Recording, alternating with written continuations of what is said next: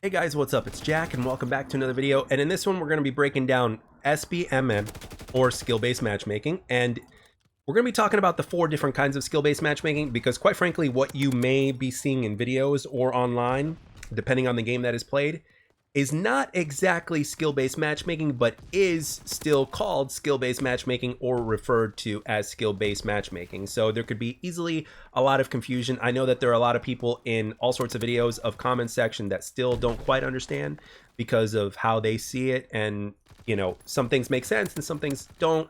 So basically, I want to break everything down so that way we get rid of the misunderstandings and we have a much clearer picture as to what exactly is going on when people are talking about skill-based matchmaking and the other names that they are called. So I'm going to be breaking all that down. Now, first and foremost, there are four main versions of skill-based matchmaking, or SBMM. And we're going to break those down one at a time. And I'm also going to go in depth into as to my opinion as to why they should or should not be there depending on the game and the game mode that we are talking about as well. So let's get into it. So what are the 4 versions of skill-based matchmaking that we're going to be covering today? The first one is going to be SBMM itself, or legitimate skill-based matchmaking, as what I'm going to refer it to. The second is going to be engagement optimized matchmaking, or EOMM. And again, I will be explaining what these are. The third is going to be the MMR system, that is also known as team balancing or matchmaking ranked system. And then the fourth is widely known as the protective bracket. So let's start with the first one, skill-based matchmaking. So what is skill-based matchmaking? Skill-based matchmaking is like, let's say you get in a multiplayer game. Let's say you get in a competitive game. What it does is it looks for other people of your skill level. And the way it does this, the game pretty much records everything about you. It knows about your accuracy, how accurate you are. It knows, you know, what your score per minute is. It knows what your average KD is. It knows all these different things. And through all those calculations that the game makes naturally, it determines, and in competitive, it also gives you a rank as to what your skill level is, and it matches you to play against other people of your skill level. Now, this also happens in public or casual matches, but usually it is done to a lesser degree to where the algorithm itself is more lenient, so that way there's a little bit more wiggle room in terms of who you play against. Now, a lot of people are against this skill-based matchmaking in public or casual playlists simply because of the fact that there's a lot of issues that come with it. Number one, let's say you're a good player, for instance, you will have much longer wait times in order to find a match. You will also have a higher ping when you are in that match, so therefore you're going to be at a disadvantage. And it also forces players of any skill level to literally always be trying and sweating really, really hard. You can't be using meta weapons. You can't be using things like wacky class. You always have to be using the meta weapons and the meta classes that work optimally. You can't use weapons that are weaker, or you can't use, you know, class setups and perks that are different and stuff like that. So that can be very aggravating, especially if the game also has a system in place to where it also gives you bad players on your team paired with SBMM. It could really be a bad experience for the bad player. And at the same time, if you are a good player and you're playing with a player together that is obviously not as good as you, and they're a friend, and you just want to kind of play together and have that experience together, just like always throughout the time of gaming that we've all done, basically what ends up happening is that less skilled player is going to be punished greatly because the game is finding matches that are based off of both of your skill levels, and therefore chances are, if you're much better than that player, or legit, like, yeah, on a whole other level than that player, then, well, your friend is going to struggle because they're going to be playing a whole bunch of yous on the other team. And let's not mention the fact that there's also the connection to behold as well, which is very important when it comes to a multiplayer game.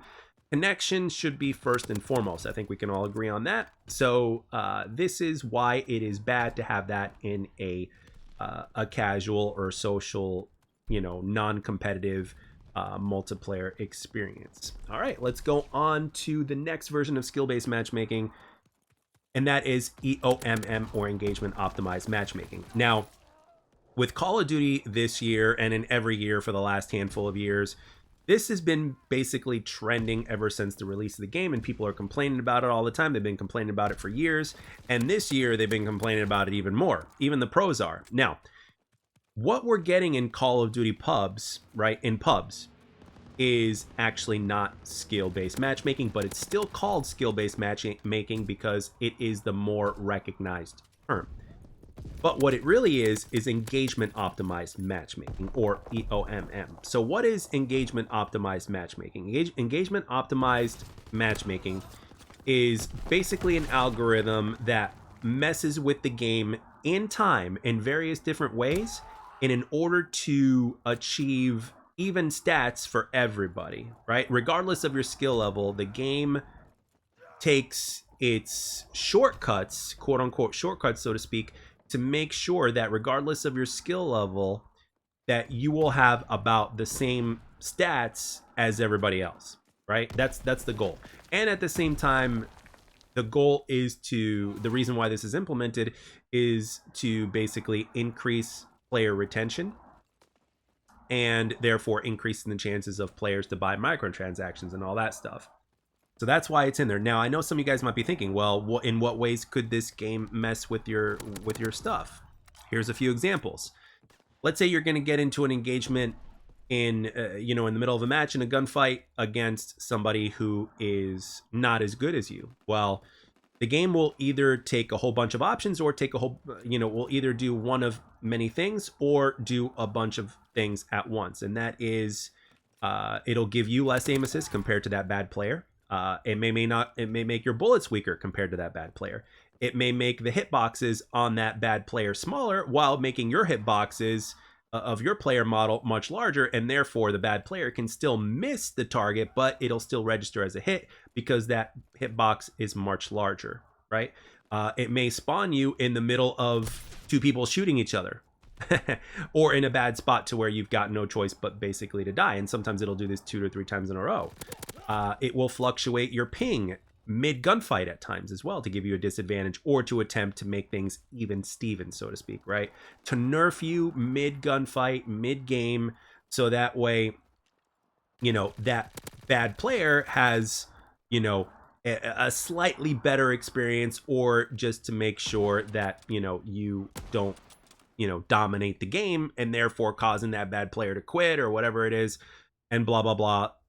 It goes on, right? So does this sound fair to you? No. But the thing is, it's not fair to bad players either, because they will never reap the rewards of getting better, right? So they'll never experience what it's like to get better, or to basically have that experience of like, oh, okay, so I am getting better because I'm able to get more kills than last time, and blah, blah, blah. So basically, nobody really wins from EOMM, and in the long run, as of right now, not even the company is winning like it used to, because the numbers are down with Call of Duty in comparison to where they used to be at the time of release. And the game's only been out for like what, a couple weeks or something like that. So the numbers are a lot lower than what they used to be. So at this point, I think it's understandable as to why people don't want this. And for those of you guys that don't believe that it is real, I will leave a link in the description down below that will take you straight to the patent, and because this has been patented. And there was even a YouTuber that goes by the name of Why So Serious that broke this down, and I'm going to leave a link to the channel in his description. He actually broke it all down in 3.5 hours on a live stream. And on top of that, he also made separate videos, because obviously expecting anybody to watch a 3.5 hour repeat stream on VOD or whatever it is obviously too much to ask for, right? Most people are not gonna, people have a hard time watching a 3.5 hour movie, so to speak, so let alone a patent, right? So yeah, I'll leave both of those in the description below, and I haven't even touched on everything when it comes to EOMM, but I'm pretty sure you guys get the idea. Obviously, this does not belong in any multiplayer game whatsoever. And it is what Call of Duty has been pretty much known for over the last couple of years. So when people are mentioning skill-based SBMM or skill-based matchmaking when it comes to pubs in Call of Duty, they're not talking about the first thing I talked about here in this video. They're talking about EOMM, which is what I just went over. So let's go over the third version of skill-based matchmaking, and that is the MMR system, also known as matchmaking rank, also known as team balancing. Now, we first started to see this a lot during Call of Duty Black Ops 3. So let's say you're in a team deathmatch, and like I said, the game will record your stats, right? Like it'll tell you like you know, what your win-loss is, what your KD is, what your accuracy is, all that stuff, right? Your score per minute. And with all these different things put together, there's an algorithm that basically determines of how good of a player you are, and you have this hidden matchmaking rank, so to speak, right? That basically determines what skill level you are. So first, what it does is this algorithm will find you a match based off of connection first, which is great. So ping is king, which is great. But once all the players have been found, if you are the best player, especially if you're the best player by far, what it's going to do is it's going to put the worst players on your team, and it's going to put everybody else that's kind of like in the low to medium skill level range on the other team in order to achieve balance, or in order to, you know, to attempt to achieve balance. Now, in my opinion, this is the lesser of the other evils of skill-based matchmaking in pubs, so to speak, right? And I'm pretty sure everybody can agree to that.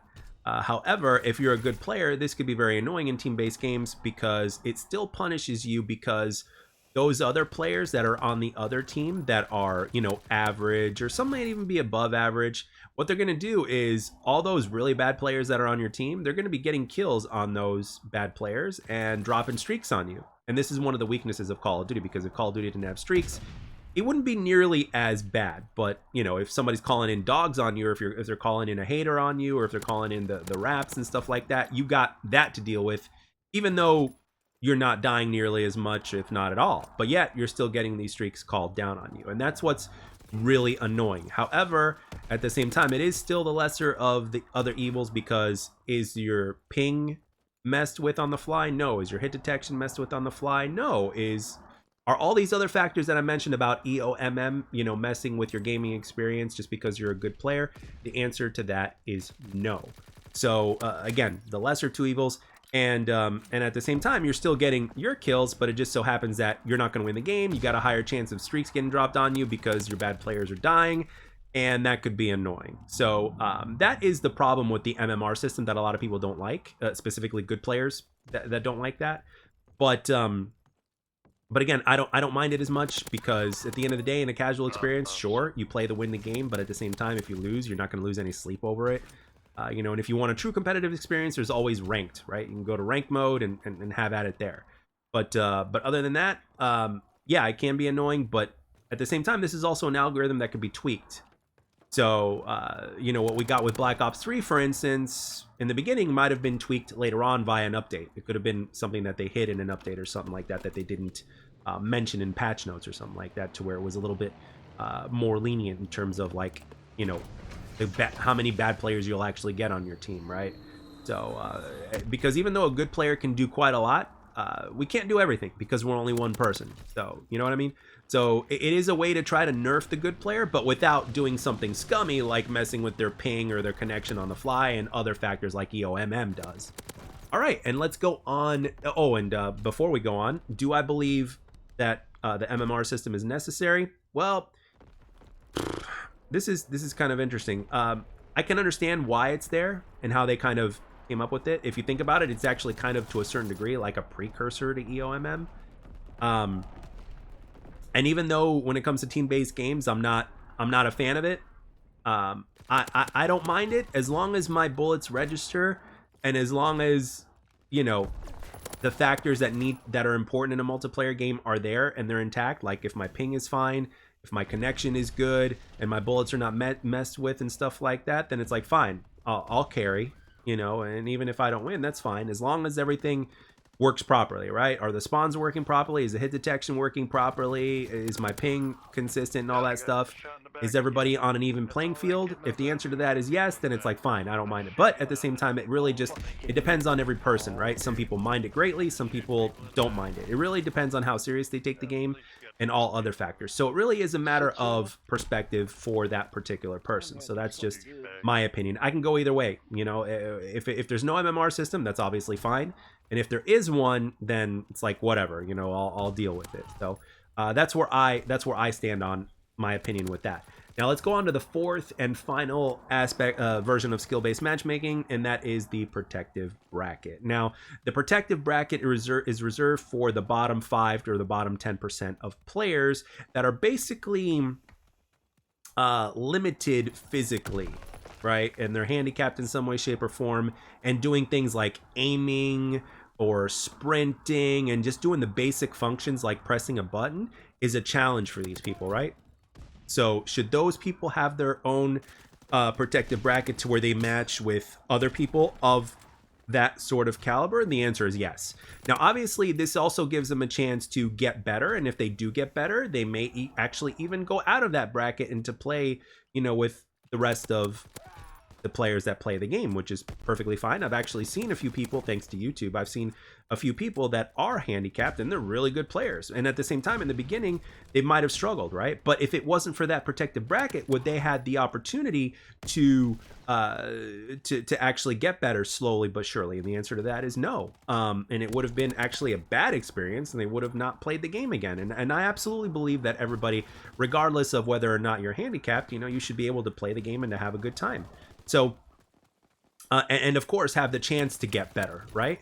And that's another reason why SBMM or even an EOMM don't belong in pubs, is because, you get better through that casual experience, right? And then once you get to the point to where you're getting like really good, to where you're like dominating every single match.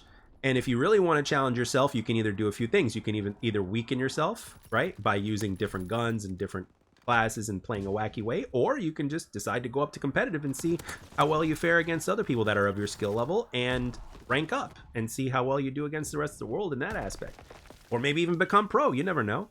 So anyway, that pretty much sums it all up, guys. So it's SBMM, EOMM, the MMR system, and the protected bracket. So I hope I did a good enough job kind of explaining everything and breaking everything down. I know this video was kind of long, but I think it was very important to break this down because, quite frankly, there still is confusion nowadays, and it's very easily confused because when you're talking about skill-based matchmaking, like just the term itself on paper, it sounds good, and a lot of people that are not as familiar with everything else that's going on that I just explained to you in this video will automatically think, well, that's the way it should be. And it's like, well, that's not always the case. So I hope I did a good enough job of breaking everything down. Let me know down in the comments section if there's anything I might have possibly missed, but for the most part, I wanted to keep it basic and simple and to keep this video from going for too long. And I hope you have a much better understanding of what skill-based matchmaking really is and what version of it is talked about depending on whatever game may be implemented. But